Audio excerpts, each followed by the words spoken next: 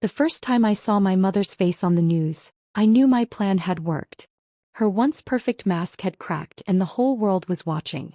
I sat in my tiny one-bedroom apartment, curled up on my worn-out couch, watching the television with a cup of lukewarm coffee clutched between my hands. The news anchor, a woman in a crisp blue blazer, was speaking animatedly, her voice filled with the kind of controlled excitement reserved for scandals. Our top story tonight: the shocking revelations in the best-selling memoir that has the entire country talking. A book written by none other than the daughter of socialite and philanthropist Helen Carter. The memoir, titled The Perfect Lie, details years of alleged abuse behind closed doors, exposing a very different reality from the image Helen Carter has maintained for decades. The screen shifted, displaying the cover of my book. A stark black-and-white photo of me as a child, my eyes hollow, staring blankly at the camera. The title, bold and unforgiving, sat beneath my face like a final blow. The Perfect Lie, a daughter's story. My heart pounded as the broadcast continued. This was it. The moment I had waited for. The news anchor turned toward the camera, her expression grave.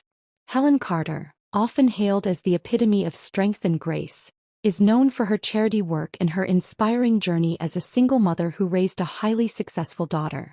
But this book paints a very different picture. One of cruelty, manipulation, and abuse. The internet has erupted with reactions, with some defending Helen Carter while others are calling for accountability. We reached out to Helen Carter for a statement, but so far she has not responded. The screen cut to footage of my mother, taken just a few months ago, stepping out of a black luxury car, smiling and waving at a crowd outside a gala. Her platinum blonde hair was perfectly styled, her pearl necklace resting elegantly against the collar of her designer dress. She looked every bit the adored public figure she had spent years crafting herself to be. But now her reign was over. I stared at the image of her, a small, satisfied smile curling at the edges of my lips. Now, let's take a look at some of the shocking claims made in the book, the anchor continued. According to Carter's daughter, her childhood was far from the picture-perfect life the media believed. The book describes physical and emotional abuse, strict control over her life, and a mother who used her own child's achievements to gain public admiration. Many are asking, is Helen Carter really the devoted mother she has always claimed to be? A split screen appeared showing two commentators. One was a well-known journalist, and the other was a woman who had apparently met my mother at charity events. I find it hard to believe, the woman said, shaking her head. Helen has always been so kind. I've seen how much she loves her daughter. This book, it just doesn't make sense. The journalist, however, scoffed. That's what abusers do. They fool people. They create an image and they make sure no one ever sees the truth. I read the book. The details are horrifying. This isn't a woman who deserves sympathy. This is a woman who deserves consequences. I took a slow sip of my coffee, my fingers tightening around the mug. The world was finally seeing her for what she really was. Then, as if on cue, my phone began to vibrate. I glanced at it. Another flood of messages. Ever since my book hit the shelves, my inbox had been overwhelmed. Reporters, old acquaintances, strangers sharing their own stories of toxic mothers. My publisher had warned me that this would happen. But I was waiting for just one call. The call that was inevitable.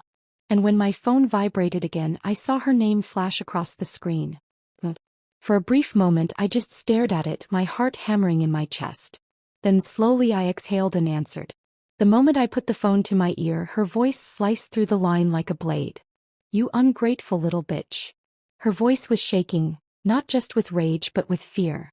I could almost picture her, standing in her massive, pristine home, gripping her phone with perfectly manicured nails, her face twisted in anger. I knew what she was feeling. Not regret. Not sadness. Panic. She was afraid. And that was exactly what I wanted. How could you do this to me? She hissed. After everything I've done for you? I let out a quiet laugh, shaking my head. Everything you've done for me? You mean the lies? The beatings? The way you used me like a trophy so people would worship you? Lies? Lies? She screeched. I gave you everything. I built your life. And this is how you repay me. Yeah, I said, my voice calm. This is exactly how I repay you. Silence. Then in a lower, more dangerous voice she said, You don't understand what you've done, Emily. You think you're strong now, but you have no idea what I'm capable of. I felt a shiver crawl down my spine, but I didn't let it show. Neither do you, Mom. And with that I hung up. As I placed my phone down, I exhaled shakily, staring at the dark screen of the television where my mother's face had just been. I had done it. I had exposed her. And there was no turning back now. The world had finally seen my mother for what she truly was. But the world didn't know how deep the lie went. They didn't know how it started. And to truly understand what I had exposed, they needed to know the beginning. To outsiders, my childhood looked perfect. We lived in a grand 3-story house with white pillars and a wraparound porch, nestled in one of the wealthiest neighborhoods in the city. My mother, Helen Carter, was a socialite, a woman admired for her elegance, intelligence, and generosity. She attended charity galas, gave passionate speeches about women's empowerment, and was featured in glossy magazines as a supermom who raised a bright, talented daughter all on her own. That daughter was me. To the world, I was Emily Carter, child prodigy, spelling bee champion, piano virtuoso, straight-A student, the perfect daughter of the perfect mother. But behind closed doors, perfection was an illusion. Because when the cameras weren't flashing and the reporters weren't watching, my mother was someone else entirely. She was a tyrant. She controlled every aspect of my life. What I ate, what I wore, how I spoke, who I was allowed to be friends with. She didn't just push me to succeed, she demanded it. Failure was not an option. You are not just a child, Emily, she would say, her voice smooth but firm. You are a reflection of me. And I will not have you making me look bad. Her punishments were brutal. If I got a 98 instead of 100 on a test, I wasn't allowed to eat dinner. If I hesitated during a piano recital, I spent hours practicing until my fingers bled. If I ever dared to cry, she would grip my face in her manicured nails and hiss, "Do you want people to see you as weak? Because I won't have a weak daughter." I learned quickly. I learned to smile for the cameras even when I was miserable. I learned to say, "Thank you, Mother," even when I hated her. I learned that my pain didn't matter as long as she got the applause. There were many moments that chipped away at my belief in her. But there was one moment, the moment, that shattered it completely. I was 10 years old. It was the night of the biggest charity event of the year. My mother had been selected to receive an award for her outstanding contributions to society. Of course, she wanted me there, dressed in a perfect white gown, playing the role of the grateful daughter. That night I had been suffering from a fever. I felt weak, my body ached, and my vision blurred every time I stood up. I told her I wasn't feeling well. "You will be fine," she said briskly as she helped me into my dress. "Just smile and don't embarrass me." At the event, cameras flashed in my face as we walked down the red carpet. People clapped. Some whispered about how beautiful I was, how lucky my mother was to have such a wonderful daughter. I was struggling to stand. My head was spinning. My skin burned. And then, in the middle of my mother's speech, I collapsed. The next thing I remembered was waking up in our car, my face throbbing from where she had slapped me. "You humiliated me," she spat, gripping my wrist so tightly that it hurt. "Do you think people will talk about my award now? No. They will talk about my weak little daughter ruining my night." Tears spilled down my face. My fever was raging, my body shaking, but she didn't care. And that was the moment I knew. My mother never loved me. She loved what I could do for her. I spent years trapped under her control, but as I grew older I started to see cracks in her image. I noticed the way she charmed people in public but snapped at them behind closed doors. I noticed the way she manipulated reporters, crafting perfect sound bites to make herself look good. I noticed the way she lied, so easily, so effortlessly, that even she seemed to believe it. And I decided that one day I would expose her. I didn't know how yet. I just knew I had to survive long enough to do it. So I played along. I kept pretending to be the perfect daughter. I smiled in pictures, I thanked her on stage, I let the world believe her lie. But inside I was taking notes. I remembered every cruel thing she did. Every slap, every insult, every time she put her reputation above my well-being. And I waited. I waited for the day I could finally show the world who she really was. And now, with my book out in the world, that day had come. But as I sat in my apartment staring at my phone after our phone call, I knew one thing for certain. My mother wasn't going to let me destroy her without a fight. I had exposed her. For the first time in her life, my mother wasn't being praised. She wasn't being admired. She wasn't being worshipped. She was being questioned, criticized, doubted. And if there was one thing I knew about Helen Carter, it was that she wouldn't sit back and let her empire crumble without a fight. Her revenge was coming. I just didn't know how far she would go. The first attack came the very next morning. I woke up to my phone vibrating nonstop on my nightstand. Messages, calls, emails. The world had exploded overnight. At first, I thought it was more reporters trying to get interviews. More strangers thanking me for telling my story. But then I saw the headlines. Helen Carter breaks her silence. My daughter is troubled and I tried to help her. Exclusive. Helen Carter speaks out against daughter's lies, calls memoir a work of fiction. I loved my daughter. Helen Carter denies abuse allegations, says Emily was always a difficult child. I sat up in bed, my stomach twisting. He was fighting back. I clicked on one of the articles, my hands shaking. A video started playing. A clip from a live interview my mother had given that morning. She sat in an elegant living room, her makeup flawless, her expression a perfect mix of sadness and concern. She looked like a woman who had been deeply hurt by someone she loved. I don't know why Emily is doing this, she said, her voice trembling just enough to sound authentic. I have always done my best to be a good mother. I raised her alone. I sacrificed everything for her. And now to have her turn on me like this. It's heartbreaking. The interviewer, a woman in her 40s, nodded sympathetically. She makes some very serious claims in the book, the woman said. She describes years of emotional and physical abuse. Are you saying none of it is true? My mother sighed, dabbing at the corner of her eye with a tissue. Emily has always been difficult. Even as a child, she would make up stories, exaggerate things. I tried to get her help, but she never wanted it. I love my daughter, but she is troubled. And I worry about her. I clenched my fist. She wasn't just denying everything, she was flipping the narrative. She was making herself the victim. The interviewer leaned in. So you're saying she's lying? My mother hesitated.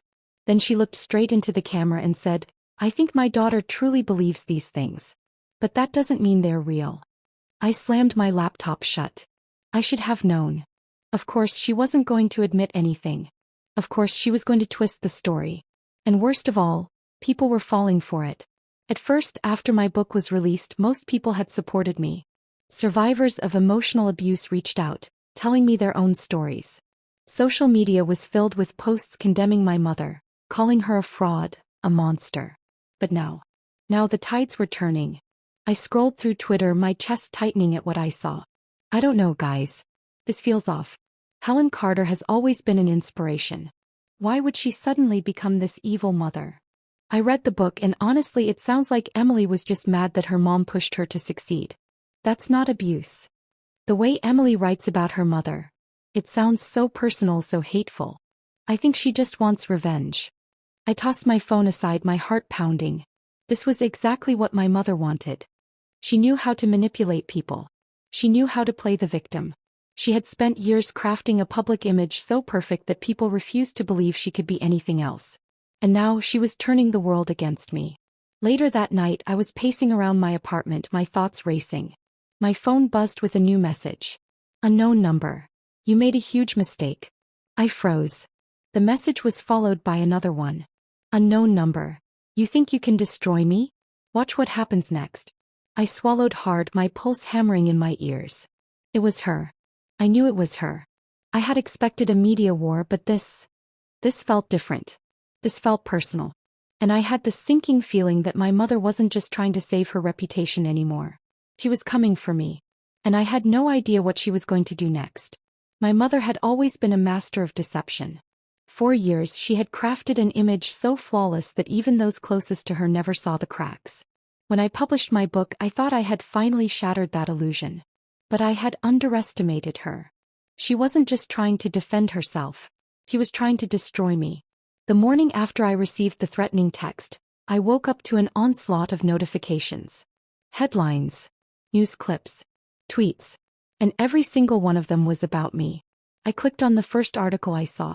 Exclusive. Former teachers and friends speak out. Emily was always a troublemaker. My stomach twisted. I scrolled down, my breath catching as I read the so-called interviews. Emily was never an easy child, said one of my old teachers, Mrs. Reynolds. She had a habit of exaggerating things. Sometimes she even made up stories about other students to get attention. I remember her being volatile, said another person, someone who had once been a family friend. She and Helen had a difficult relationship, but from what I saw, Helen was a wonderful mother. She did her best. I could barely process the words. These were people I had known. People who had seen what my mother was really like. And now they were turning against me. I scrolled further and my heart stopped when I saw a new headline. Emily Carter struggled with mental health issues. Is she just seeking revenge? I clicked on the article, dread pooling in my stomach. This time the words were directly from my mother. Emily has always been deeply emotional, she said in the interview. There were times when I worried about her mental health. I tried to get her help, but she refused. It breaks my heart to see her lashing out like this.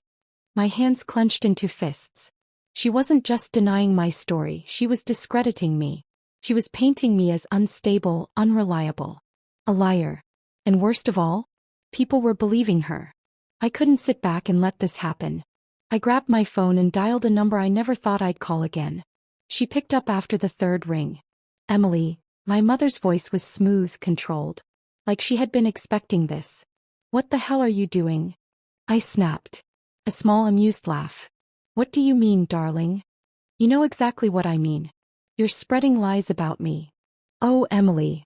She sighed and I could picture her shaking her head like I was a misbehaving child. You brought this on yourself. I have a reputation to protect. A reputation built on lies. I shouted. Do you even hear yourself? You're trying to ruin me just so you can keep up this perfect mother act. She was silent for a moment. Then she said, it's not an act. I am a perfect mother. I laughed bitterly. Do you really believe that? It doesn't matter what I believe. It matters what the world believes.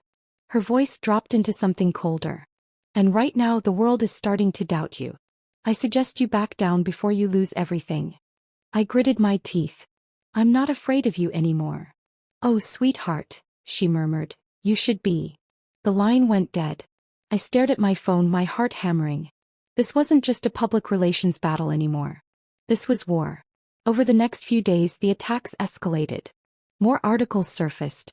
Old neighbors came forward with stories, twisted, manipulated versions of the truth. A childhood friend I hadn't spoken to in years went on national television, saying she remembered me as dramatic and always looking for sympathy. Then came the worst blow. A leaked medical report. It was an old document from when I was 13, when my mother forced me into therapy to fix me. It said I exhibited symptoms of anxiety and tendencies toward paranoia. The media ran with it. Is Emily Carter's book just a delusion? Mental health experts weigh in. Could Emily be rewriting her own past? I wanted to scream. Yes, I had suffered from anxiety. Of course I had. My childhood had been a nightmare. But my mother had twisted even that, turning my trauma into proof that I was unstable. And people believed it. Just when I thought I couldn't fight back anymore, I got an email. The subject line made my breath catch. I know the truth about your mother. So, I clicked on it, my hands shaking. The message was short. Emily, I've been where you are. I know what it's like to be one of her victims. I can help you prove everything. Call me. At the bottom was a phone number. And the name of the sender made my stomach flip. Madeline Carter. My mother's sister. The woman she had erased from our lives. I had no idea what she was about to tell me. But I knew one thing. My mother's perfect world was about to fall apart. I sat on my couch staring at my phone. Madeline Carter. The name felt foreign, like something from a forgotten dream. Growing up, I had only heard it in whispers. My mother never spoke of her sister. If anyone asked, she would simply say, Madeline made her choices and we don't associate with people like that. That was it. No details. No explanations. It wasn't until I was older that I realized how strange it was, how a whole person could be erased from our lives as if she had never existed. And now she was reaching out to me. I took a deep breath and called the number. She picked up on the first ring. Emily. Her voice was careful, unsure. Yes, I said, my own voice barely above a whisper. Is this really Madeline? It's me, she said. I wasn't sure you'd call. Neither was I. Pause. Then she said something that sent a chill down my spine. I've been waiting for this day. We agreed to meet in a quiet cafe on the other side of town. When I walked in, my eyes immediately landed on a woman sitting near the window. She looked older than my mother, her dark hair streaked with gray, but there was something familiar about her. The same sharp eyes. The same regal posture. She looked up as I approached, and for a moment we just stared at each other. "You look like her," Madeline said softly. I stiffened. "Please don't say that." A small, knowing smile crossed her lips. "Fair enough." I sat down, my heart pounding. "Why did you reach out to me?" I asked. She took a sip of her coffee before answering. "Because I know what you're going through. Because I went through it too." I swallowed hard. "What do you mean?" She exhaled, looking down at her cup. "Helen is very good at rewriting history. She makes people disappear when they don't serve her image anymore. That's what she did to me." I leaned in. "Tell me everything." Madeline's story came out in pieces. She and my mother had grown up in a strict household with a father who demanded perfection. My mother had been his golden child. Obedient, ambitious, willing to do whatever it took to win his approval. Madeline, on the other hand, had been the opposite. She had rebelled, questioned things, refused to play the game. "She always had to be the favorite," Madeline said, shaking her head. "She wanted to be adored. Worshipped. So when I refused to fit into the perfect family image, she made sure I was pushed out." "What happened?" I asked. She hesitated, then said, "She ruined me." Madeline had once been on track to become a lawyer. She had a promising future, until my mother began whispering in the right ears. He spread rumors, twisted truths, made Madeline seem unstable, unreliable. "She convinced my own parents that I was a disgrace," Madeline said, her voice thick with emotion. "She destroyed my credibility. By the time I realized what was happening, it was too late." "So you left," I said quietly. "I had no choice," she admitted. "Helen made sure there was no place for me anymore." I stared at her, my mind racing. "And now she's doing the same thing to me." Madeline nodded. "Exactly." I leaned back in my chair, overwhelmed. "Why did you never try to expose her?" I asked. Madeline gave me a sad smile. "Who would have believed me? Helen had too much control over the narrative. Just like she does now." I looked down at my hands. My mother had already started erasing me, just like she had erased Madeline.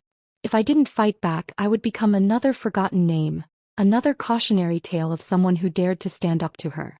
"I have to stop her," I said. Madeline's eyes sharpened. "Then you need proof. Real proof. Not just your word against hers." "Like what?" She hesitated, then reached into her bag. "I've kept this for years," she said, sliding a small flash drive across the table. "I always thought one day the truth might matter. Maybe that day is now." I picked it up, my hands shaking. "What's on this?" "Evidence," she said. "Recordings. Letters. Things Helen never wanted anyone to see." I stared at her. I had come here hoping for an ally. That I had found a weapon. And I was going to use it to burn my mother's perfect world to the ground. I held the flash drive in my hand as I walked home, my fingers gripping it like a lifeline. This was it. The weapon I needed. For the first time since my mother launched her attack against me, I felt something other than fear. I felt power. As soon as I got home, I plugged the flash drive into my laptop. My heart pounded as I clicked through the folders. There were dozens of files. Old emails, scanned letters, voice recordings. I started with the recordings. The first one played a conversation between my mother and someone I didn't recognize. "I don't care what it takes," my mother's voice said, cool and controlled. "I want her gone. Make sure she has no options left." "Helen, that's extreme. She's still your sister." "She stopped being my sister the moment she became a liability." I sucked in a sharp breath. This was real.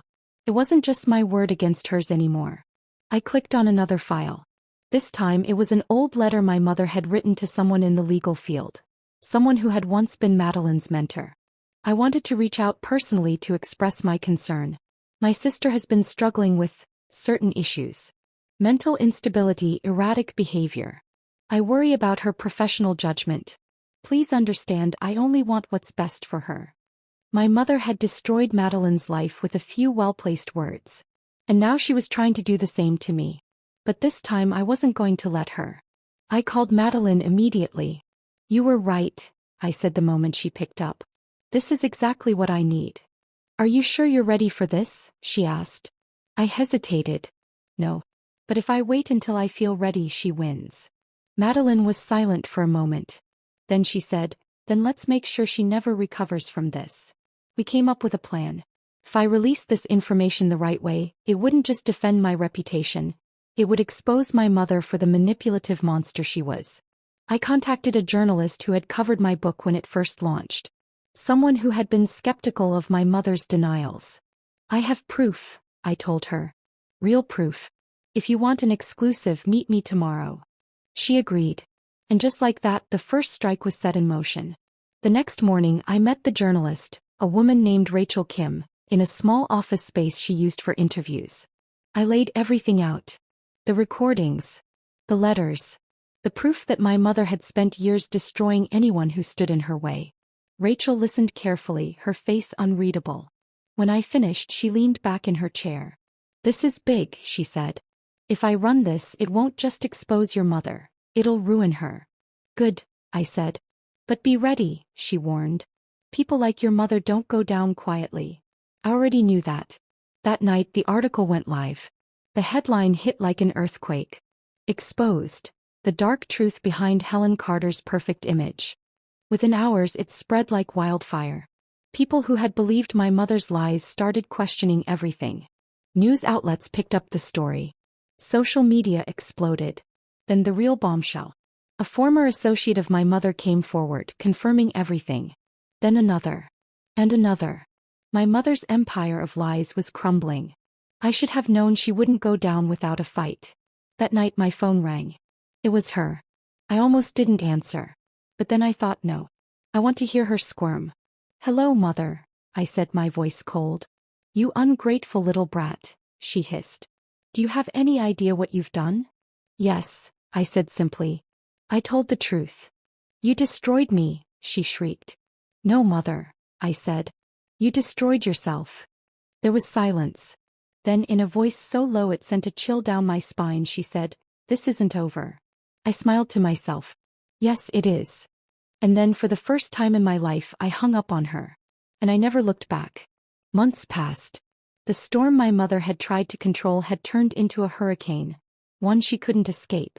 More people from her past came forward, each with their own stories of how she had manipulated, betrayed, or ruined them. Former colleagues, distant relatives, even people who had once been her closest friends. Her reputation, once untouchable, was in ruins. She tried to fight back at first. Hired lawyers. Gave interviews calling me a liar, a bitter daughter with a vendetta. But the evidence was too overwhelming. Every time she denied something, another piece of proof surfaced. Her sponsors dropped her. Her social circles turned against her. The invitations to charity galas and TV appearances stopped coming. For the first time in her life she was powerless. And for the first time in my life I was free. I moved into a new apartment, one that was truly mine, without any memories of her lingering in the walls. My book, once controversial, became a bestseller. Not just because of the scandal, but because people resonated with it. I received messages from strangers all over the world. People who had grown up with narcissistic parents, people who had been silenced for too long. You gave me the courage to tell my own story. Thank you for proving that the truth matters. I never realized how many people had suffered in silence just like I had. And I had broken that silence. One afternoon as I was walking through a quiet park, I saw her. My mother. She looked different. Not the flawless, untouchable woman I had known. Her hair was graying at the roots. Her designer coat, once perfectly pressed, looked slightly wrinkled. For the first time in my life she looked small. He saw me too. For a moment I wondered if she would say something. One final attempt at control, one last manipulation. But she just stared at me. And I stared back. Then without a word she turned and walked away. I let her go. I used to think my mother controlled my story. That no matter how hard I tried, I would always be the daughter living in her shadow. I was wrong. She spent her whole life building a perfect image, only for it to crumble under the weight of the truth. And I was the one who set it free. Now I wasn't just her daughter. I was Emily Carter. A survivor. A writer. A woman who had taken her pain and turned it into power.